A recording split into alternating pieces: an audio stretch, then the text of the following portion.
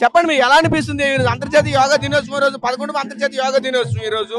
ఇదే క్రమంలో మోడీ ఈరోజు మన విశాఖ రావడం, దేశం ప్రపంచం అంతా మన ఇప్పుడు విశాఖపట్నం వైపు చూస్తుంది. ఎలా అనిపిస్తుంది ఈ రోజు మీరు ఈ విధంగా పార్టిసిపేట్ చేయడం ఎలా అనిపిస్తుంది?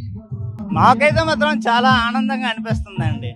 ఫస్ట్ ఆఫ్ ఆల్ మన దేశ ప్రజలందరికీ 11వ అంతర్జాతీయ యోగా దిన శుభాకాంక్షలు అందరికీ తెలియజేస్తున్నాను.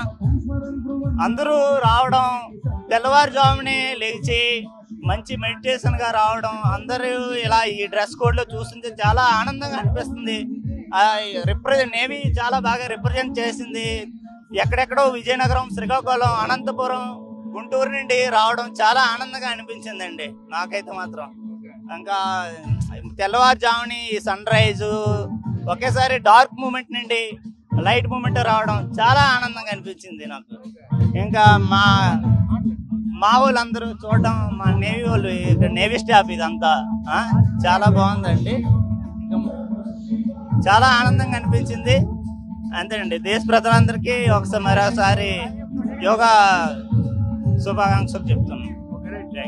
చూసాం కదా, వీళ్ళందరూ కూడా అంతర్జాతీయ యోగా దినోత్సవం సందర్భంగా ఈ రోజు ఉదయాన్నే ఒక డార్క్ నుంచి ఒక లైటింగ్ లోకి వచ్చేసరికి అయితే మాత్రం ఒక ఏదో తెలియనటువంటి అనుభూతి కలిగిందంటూ మరొక చెప్పాల్సిన పరిస్థితి కనిపిస్తుంది. వీళ్ళంతా కూడా మరి కాసేపట్లో యోగా ఆసనాలు వేయడానికి సిద్ధంగా ఉన్నటువంటి పరిస్థితి మాత్రం కనిపిస్తున్నాయి.